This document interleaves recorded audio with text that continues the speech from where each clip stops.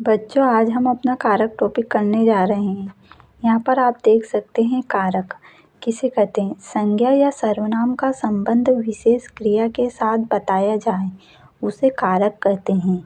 जैसे कि कल्पना गाना गाती हैं। कारक शब्द का अर्थ है क्रिया को करने वाला। इसको हम विभक्ति से देखें। कारक को प्रकट करने के लिए संज्ञा या सर्वनाम के साथ जो चिन्ह लगाया जाता है उसे विभक्ति कहते हैं। जैसे कि राम ने पुस्तक पढ़ी।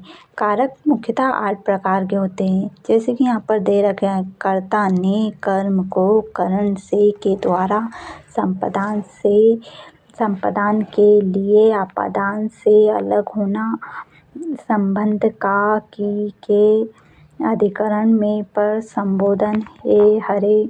जैसे कर्ता कारक किसे कहते हैं। क्रिया को करने वाला को कर्ता कारक कहते हैं। इसकी विभक्ति ने है। ने विभक्ति का प्रयोग केवल भूतकालीन क्रियाओं के साथ ही होता है, लेकिन वाक्य वर्तमान, भविष्यकाल तथा क्रिया कर्मक हो वहाँ ने विभक्ति का प्रयोग नहीं होता। जैसे कि राम ने पत्र लिखा, पक्षी आसमान में उड़ता है, सरिता गाना गाती है, कृष्ण नाचता है। कर्म कारक। कर्म जब क्रिया का फल कर्म पर पड़ता है तो उसे हम कर्म कारक कहते हैं। जैसे इसकी विभक्ति को होती है। इसकी विभक्ति को प्रयोग केवल सजीव कर्म के साथ किया जाता है। निर्जीव कर्म के साथ को विभक्ति का प्रयोग नहीं किया जाता है। जैसे कि राम ने रावण को मारा को। जैसे कि यहाँ पर निर्जीव लिखा हुआ है तो निर्जीव के साथ नहीं किया जा सकता। जैसे कि अशोक दूध पीता है तो दूध निर्जीव है। जैसे बालक ने कुत्ते को मारा, कुत्ता सजीव है। करण कारक किसे कहते हैं। जब कर्ता कार्य करते समय जिन साधनों का प्रयोग करता है उसे करण कारक कहते हैं। जैसे इसकी विभक्ति से होती है। मनोज पेन से पत्र लिखता है, राधा चाकू से सब्जी काटती है। संप्रदाय कारक। संप्रदाय शब्द का अर्थ है देना। जब कर्ता दूसरे की क्रिया करता है उसे संप्रदाय कारक कहते हैं। इसकी विभक्ति के लिए को विभक्ति का प्रयोग जब वाक्य में 2 कर्म होते हैं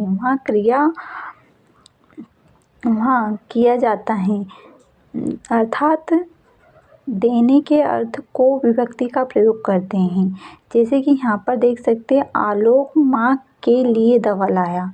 के लिए यानी कर्ता के लिए आता है। अपादान कारक। जब एक वस्तु दूसरी वस्तु से अलग होने का भाव प्रकट करे उसे अपादान कारक कहते हैं। इसकी विभक्ति से अलग होना होता है। जैसे कि गंगा हिमालय से निकलती है, पेड़ से पत्ता गिरता है। अपादान कारक के निम्न कारण और भी हैं। जहाँ तुलना का भाव होता है उसमें अपादान कारक होता है। जैसे अशोक रमेश से अच्छा है। जहाँ डर भय का भाव हो उसमें भी अपादान कारक होता है। जैसे बालक शेर से डरता है। जहाँ लज्जा का भाव होता है उसमें भी अपादान कारक होता है। बालक मेहमानों से शर्माते हैं। जिससे ज्ञान प्राप्त किया जाता है उसमें अपादान कारक होता है। छात्र गुरु से पढ़ते हैं। जहाँ कार्य प्रारंभ किया जाए वहाँ अपादान कारक होता है। कल से तुम्हारी परीक्षा है। संपादन कारक। का, के, की। जब संज्ञा व सर्वनाम का संबंध दूसरी संज्ञा या सर्वनाम के साथ बताया जाए उसे संबंध कारक कहते हैं। जैसे सोहन मोहन का भाई है, मेरी काफ़ी कहाँ है। अधिकरण कारक में, पर, पे आदि आते हैं। जहाँ क्रिया अपना आधार प्रकट करती है अर्थात स्थान बताती है उसे अधिकरण कारक कहते हैं। जैसे कि पेड़ पर पक्षी बैठे हैं, मेज पर पुस्तक रखी हैं। संबोधन कारक। हे, हरे, अजी। जब किसी को बुलाया या पुकारा जाता है उसे संबोधन कारक कहते हैं। जैसे अरे मोहन इधर आओ, हे भगवान हमारी रक्षा करो, अजी सुनते हो। यहाँ पर इनके कुछ विकल्प दिए हुए हैं, हम वो भी करके देखते हैं।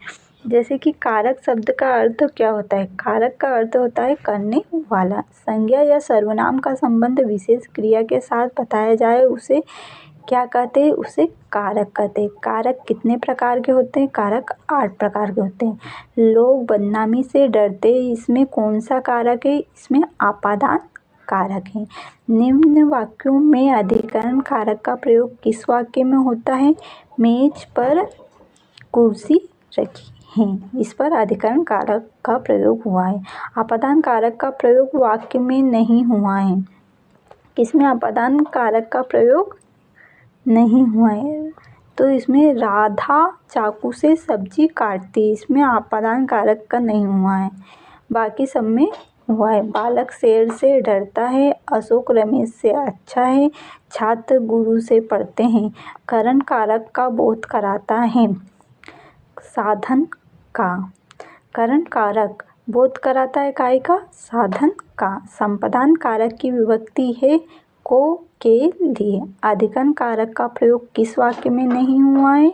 राम ने रावण को मारा में अधिकरण का प्रयोग नहीं हुआ है। जैसे कि इसमें से सत्य नहीं है, इसमें आपादान से अलग ये सत्य। अधिकरण में पर सत्य, कर्ता ने सत्य, यहाँ पर कर्म को आता है, कर्ता ने कर्म को, इसलिए इसका तीसरा विकल्प गलत है। धन्यवाद बच्चों। अगर आपको चैनल अच्छा लगे तो लाइक एवं सब्सक्राइब जरूर करें।